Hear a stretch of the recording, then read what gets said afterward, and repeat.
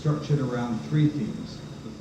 Deep challenge fund এটি university of Cornwall, Southampton, Copenhagen, Oxford policy ম্যানেজমেন্টের নেতৃত্বে ও বিশ্ব ডেটা ডেভেলপমেন্ট গ্রুপের অংশীদারিত্বে একটি কনসোর্টিয়াম বা সংঘ।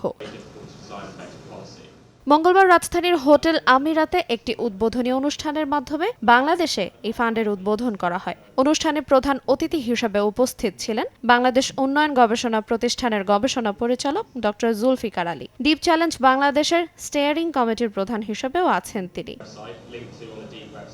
এই তহবিল থেকে বাংলাদেশে গবেষকদের স্বল্প ও মাঝারি আর্থিক অনুদান দেয়া হবে। ডিপ চ্যালেঞ্জ ফান্ড বাংলাদেশ এর লক্ষ্য বাংলাদেশে গবেষকদের দারিদ্রতা দূরীকরণের বিষয়ে গবেষণায় উৎসাহিত করা, যা এই বিষয়ে তথ্য উপাত্তের ঘাটতি দূর করবে এবং এর সকল তথ্য উপাত্ত ব্যবহার করে দেশে নীতি নির্ধারকদের দারিদ্র্য দূরীকরণ বিষয়ক জাতীয় নীতি, কৌশল ও কর্মপরিকল্পনা প্রণয়নে সহায়তা করবে।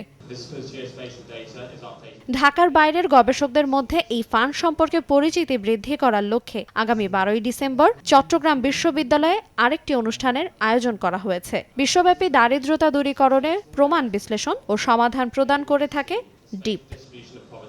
আইরিন আয়াত, সময় সংবাদ, ঢাকা।